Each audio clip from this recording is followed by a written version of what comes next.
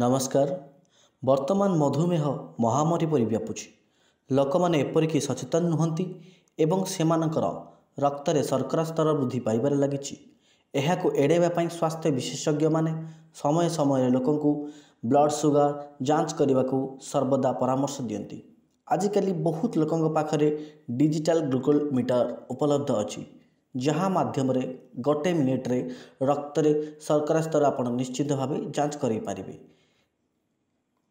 नुआ दिल्ली रे सार गंगाराम हॉस्पिटल प्रतिषेधक स्वास्थ्य एवं सुस्थता विभागर निर्देशक डॉक्टर सोनिया रावत न्यूज 18 रे कहिसेंती जे समस्त वयस्कଙ୍କର उपवास रे रक्त शर्करा स्तर 60 मिलीग्राम रु 100 मिलीग्राम मध्य रहिबा उचित।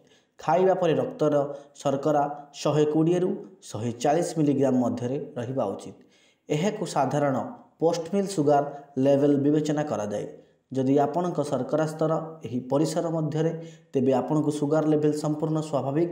जदि आपणकर खाइबा पूर्व रक्त शर्करा 100 रु अधिक किंबा पोस्ट मिल सुगर 140 रु अधिक तेबे यह प्री डायबिटीज किंतु मधुमेहर लक्षण हो पारे। लोक माने तुरंत आवश्यक सहित उचित पदक्षेप नेबा निश्चित भावे उचित अटे। एणु आमे माने बे आलोचना करिबा केमिति डायबिटीज को आयुर्वेदिक उपाय आमे बिल्कुल ताको दूर करई परिबा।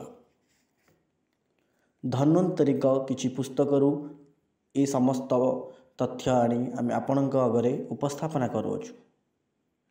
जायफल, जायत्री, धुतुरा मंजी, अफिम, बंगभस्म, अभ्रभस्म, लौहभस्म समभाग नहीं बेलपत्र रस रे मर्दन करी 1 मिलीग्राम हिसाब रे बटिका करी दिन को 2टी सकाळ और संध्यारे खाई टिकिए पानी पीब।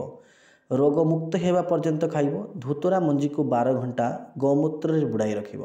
तापरे भल करी धोई सुखाइब। एथिरे धुतुरा मंजी शोधित हो जाए। एही मंजी को औषध रे पकाइब। धन्वंतरींकर पुराना तथ्य अनुଯାयी आमे एगुड़ाक आपणक आगरे उपस्थापन करूछु। बाबुल गछर कौल पत्र 1 तोला को बाटी अधसेरे पानी रे मिसाई प्रतिदिन पान करिवो। एहीपरि 3 सप्ताह पान कले रोग मुक्त हेबो। एही औषधर विशेषत्व एही जे बहुमूत्र रोग भल हेबा संगे संगे प्रमेह रोग मध्य भल हेबो। नागभस्म आपण माने निश्चिंत कौन सी दुकान रु जाके पचारिबे। नागभस्म सीसाभस्म भी ताको कहा जाए निश्चिंत भाव पाइजिबे।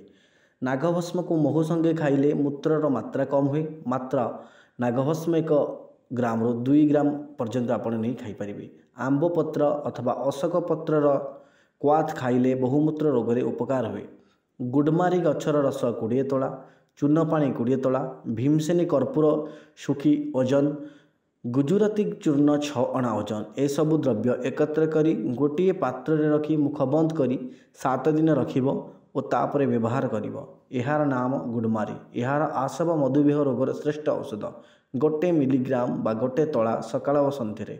एही औषध खाइबा समय रोगी को यथेष्ट घृत मिश्रित अन्न भोजन कराइबो एवं ए सबु डाक्तर परामर्श क्रमे डाक्तर साथी आपणक निकटस्थ जेकोसी आयुर्वेदिक डाक्तर अच्छा या जेकोसी डाक्तर साथ कथबार्ता करी एगुड़ाक आम प्रयोग करने को आपण मानक निश्चिंत भाव में कहूँ। कहीं धन्वंतरींकर लेखा बहुत पुराना तथ्य आम ये सब पुस्तक आयुर्वेदिक अनुसार बहुत जिनस गुड़ाक आम निजे मध्य एक्सपेरिमेंट करूँ। किंतु एबे एक्चुअली आपण माने निश्चित डॉक्टर का साथी परामर्श करी डिफरेंट आयुर्वेदिक डॉक्टर अच्छा समस्त साथ परामर्श करी आपण तांको मध्य ए विषय कहि परिबे। देन से माने आपण को करना यार डिटेलिंग आपण को बाहर करिकी डिटेलिंग वे रे निश्चिंत भावे जणाइबे। आ हाँ डायबिटीज को केबे आपण माने छोट रोग हिसाब रे नंतु नाही बिकॉज यार बहुत कारण अच्छी जोटा आपण को फ्यूचर रे प्रॉब्लम रे पकाई पारे। तेणु आपण माने निश्चित भाव में व्यवहार करंतु ये सब औषध मात्र डाक्तर परामर्श क्रमे।